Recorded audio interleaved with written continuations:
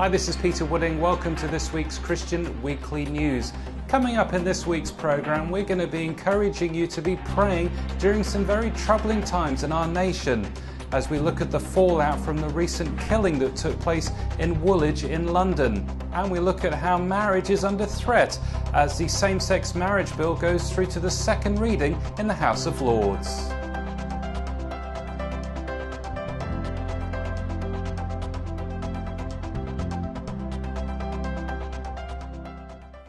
Coming up later in the programme, during some very troubling times in our country, we'll be looking at a prayer gathering taking place during the second reading of the same-sex marriage bill in the House of Lords. But still the dust is settling from the terrible killing that took place in Woolwich in London. And a number of Christian leaders have been crying out, calling for action and prayer during this very difficult time in this area. Here's what some of the leaders had to say. I was absolutely shocked when I heard about this attack, and it reminded me of many other places in the world where these attacks, unfortunately, are now commonplace. So this cannot just be taken as an isolated incident.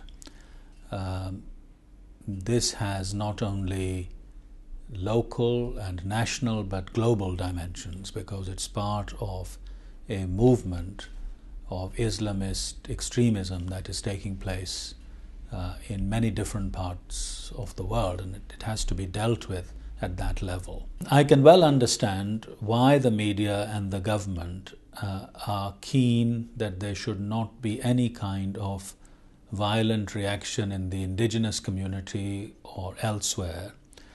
They want to keep peace in the community, and that's very laudable and understandable. But at the same time, we should be clear that these forms of extremism are related to a particular understanding of Islam. Now, our Muslim neighbors and friends may say this is a mistaken understanding of Islam. Nevertheless, in the minds of the extremists, that is where they're getting their inspiration from. So we must ask, how are these people being radicalized? What is happening and where is it happening? It is no use to take denials at face value. I think we must get to the truth of the matter. Because this is of global significance, and because Britain is not a closed country, there are people coming here from all over the world for different reasons, we will always be exposed to this kind of radicalism, to this kind of extremism. Understanding what is happening in the world as well as what is happening on our doorsteps is important. For this we need experience and knowledge. And I urge the government to call upon those people who have experience worldwide and also in this country, and who have knowledge, to assist them in working out what exactly is the cause of what has happened and how future happenings like this can be prevented. The Christian churches, particularly the black-led churches, have a particular responsibility in this matter for making sure that they keep their young people. I don't need to tell them that this is one of their top priorities. This will mean discipling them, making sure that the Christian faith addresses all of their lives, helping them with their education and their jobs and their careers and also their interests, that the church should be a place where the whole of a young person's interests can be addressed. The Muslim communities need clearly to repudiate this interpretation of Islam, and some of them are doing it, and we welcome that very much. But my experience has been that even when the moderate Muslim voice is heard, it does not often prevail. And we need to make sure, and our Muslim brothers and sisters need to make sure, that they create communities and nations where the moderate Muslim voice is not only heard, but it prevails. I mean, the first thing for me is this is devastating, extremely devastating, that someone of Nigerian origin like myself, who also grown up in a Christian home, thereafter being radicalized to go out and then perform such barbaric acts. It's extremely devastating.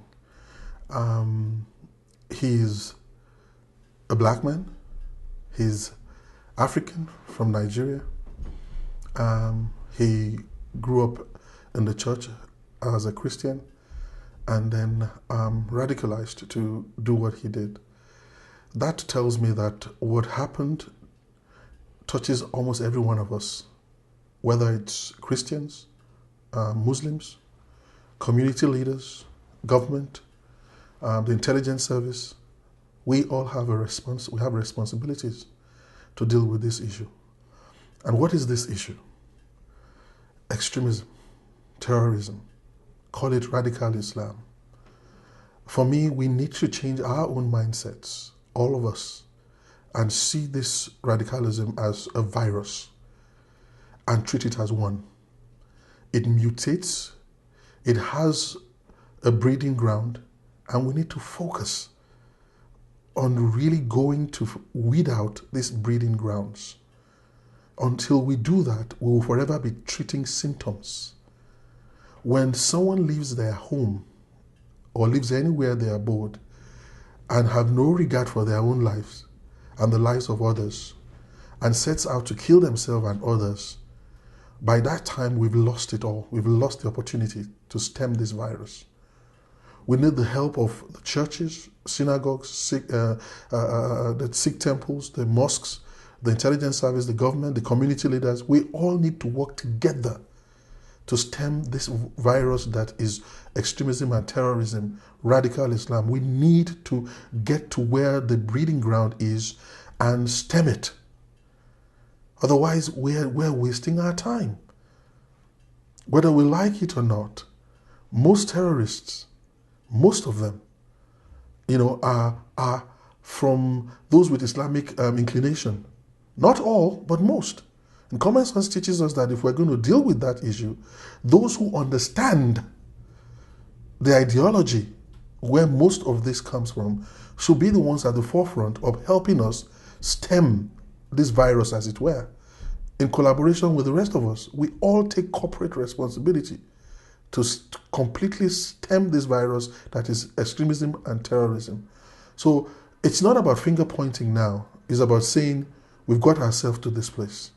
Can we work together and have a mindset that this is a virus and it takes everyone finding where the breeding ground is and stemming this virus?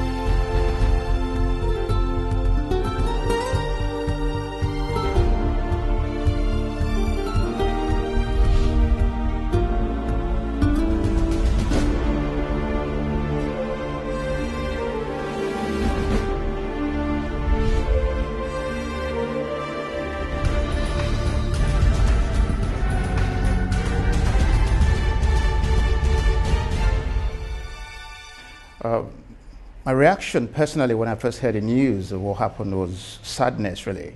I was deeply saddened at the the loss of life. I mean, when you think of the sanctity of life, this is a human being who's been cut down, mowed down, as it were, in the prime of life. And I thought, like, who are these that just don't seem to have any respect for life? When you think about the preciousness and the as a Christian, the amount of work that we know that the Lord has put into a human life and the value that Christ attached to human life and, died for us. So for somebody to just brazenly just cut down another human being, it really saddened me, I was sad, quite sad. As a Nigerian, as a British of Nigerian extraction, I think for me, really, I've come to value the peace and freedom that this country, really offers us. I mean, a lot of us have had adverse experiences of oppression and oppressive environment, and being able to come here and to see, the amount of work and investment that has gone into building a nation, like ours, where we can actually exist in peace, and be able to carry on your business. And it's something that we've come to treasure in this country. Now, to actually feel that, people could, very easily, disregard that. And I think for me, it was really quite shocking. But, particularly more so that these were Nigerian boys, especially when one heard that these guys were from deep Christian background. Now, that really worried me that, if these boys who were made to believe that their parents, of Nigerian extraction, but very, deeply rooted Christians and apparently grew up in Christian homes, could be turned around in a matter of years to become, so animalistic in their presentation and their attitude, to become so callous as to, to really rebel and turn completely away from everything that, their family stood for and, the parents and this nation as a whole. Now, that for me was quite worrying, In a way, I think the church needs to be feel a bit encouraged, to be honest, because encouraged in the sense that the scriptures have actually alerted us to these happenings. That as a nation, I think, as we deviate and move away from, biblical tenets for which this country is well known, I think, you're bound to create a vacuum. Bound to create a vacuum in not just in the nation, but in the individuals. You begin to find a yearning, in the souls of people, especially young people, for religion. Because I think when we think about this, I think there's a void there, which is yearning to be filled.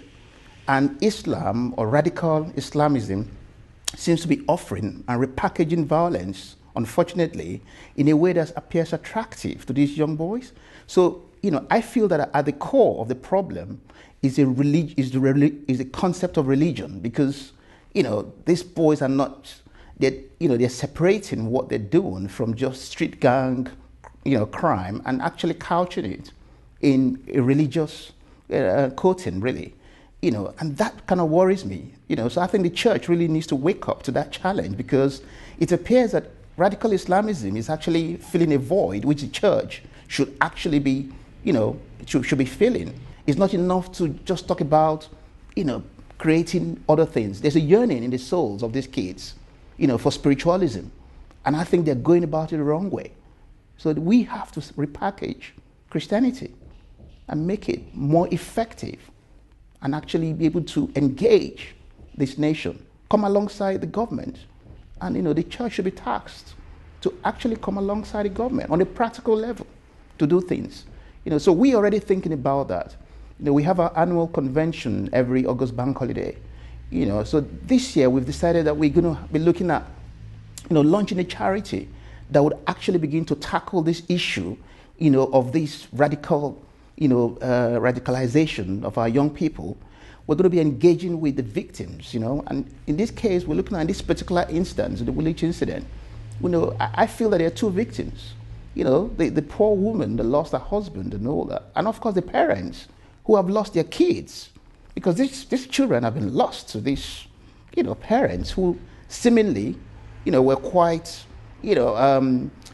quite noble citizens of this country, hardworking, God-fearing, built themselves from nothing, brought up children, but they lost them.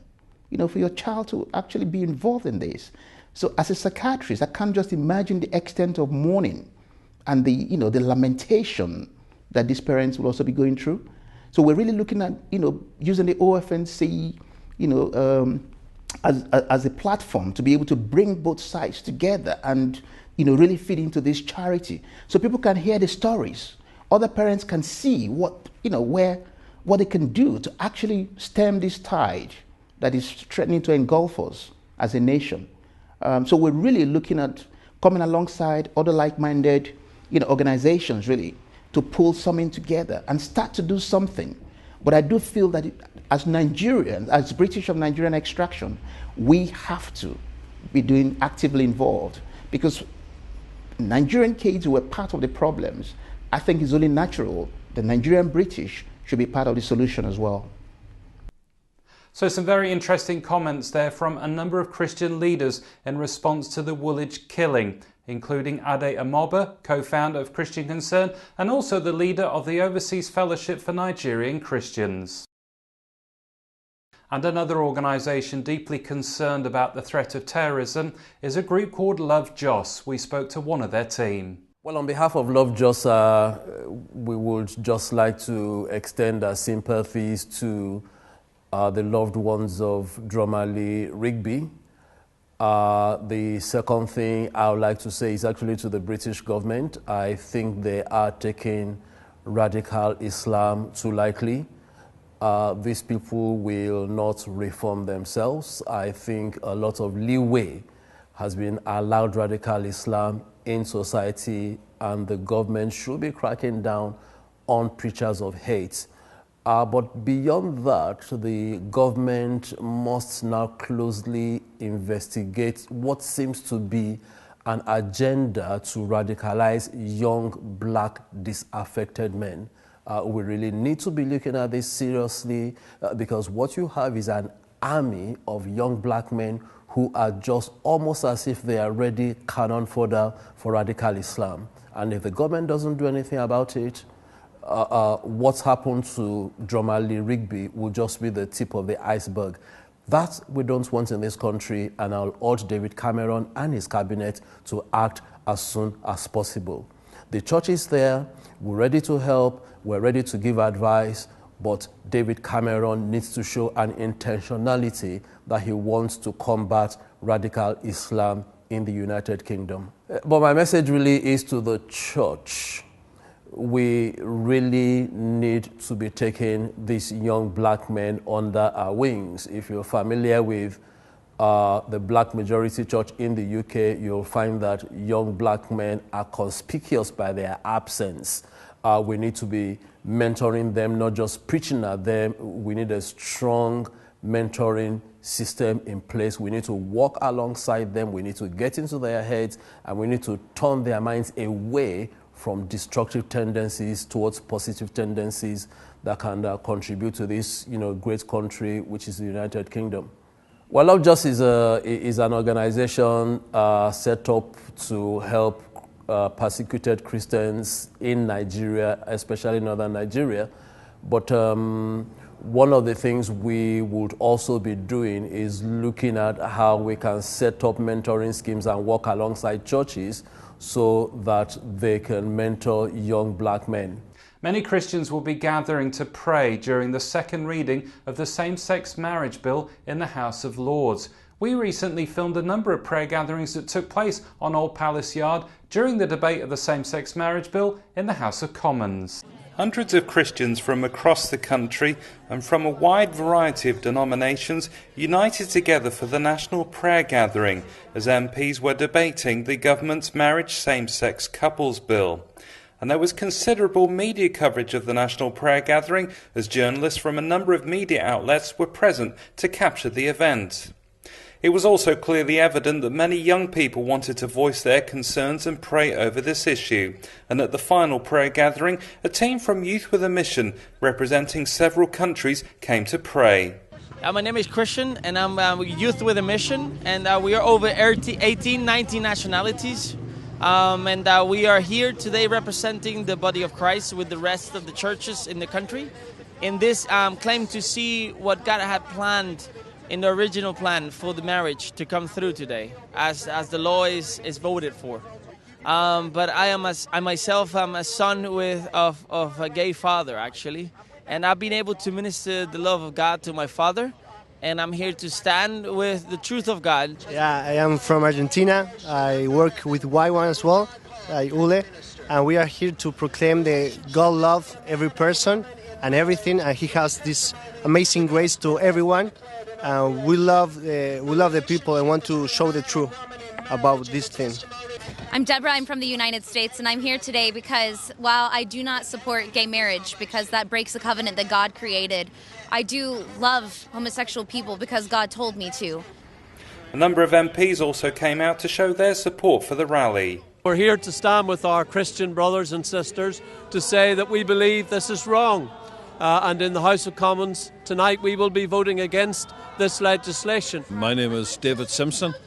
I'm a Member of Parliament for the Upper Bann area in Northern Ireland, and of course we're here in the House of Commons tonight to vote against the government's proposals to make marriage of the same-sex couples legal, and we're very happy to do that and take our stand as Christians and as believers, and we believe it's the right thing to do.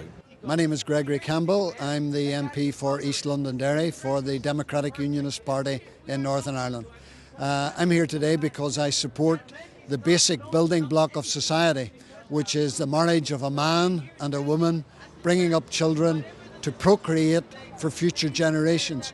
But throughout the prayer gathering, we spoke to people of all ages, all denominations and backgrounds who highlighted why it's so important to pray against the same-sex marriage bill. I believe it's really important what's happening here today, as altogether, all of us were really standing and believing in God's design for marriage. You know, I really believe a lot more young people should be involved in what we're doing, as in the next 10, 20 years, if these laws are passed, it's really going to impact how our children are brought up and what people believe to be normal as marriage. You know, and really being a Christian, what is normal should be God's design and how God's designed it to be. And it's the perfect environment for a child to be raised and for amazing and pure love for a man and a woman to be together. So I would encourage young people, come and join and stand for truth, stand for what the scriptures it says, and stand for God's design for marriage. Young people need to come out today simply because whatever happens today, whatever happens tomorrow, if it's ever changed, it will affect our children. It will affect every single thing that that has been built up to this day. It will affect us more than we actually think. So young people need to come out and take interest of exactly what's happening right now. It's really important for young people to be here because, you know, this is vital for the next generation. It's important that we don't just stay quiet or just let these things happen. We need to stand up. The church needs to stand up. The young church needs to stand up for the next generation because it will affect children, it will affect family, and it will affect society. It's just another breakdown of the family as God designed it. So we need to stand up. We need to speak out and not stay silent, because silence speaks 1,000 words. It shows that we don't care. So by coming out and standing up, it shows that we care about God's plan for marriage. Our generation has a chance to stand against the bill that's being proposed.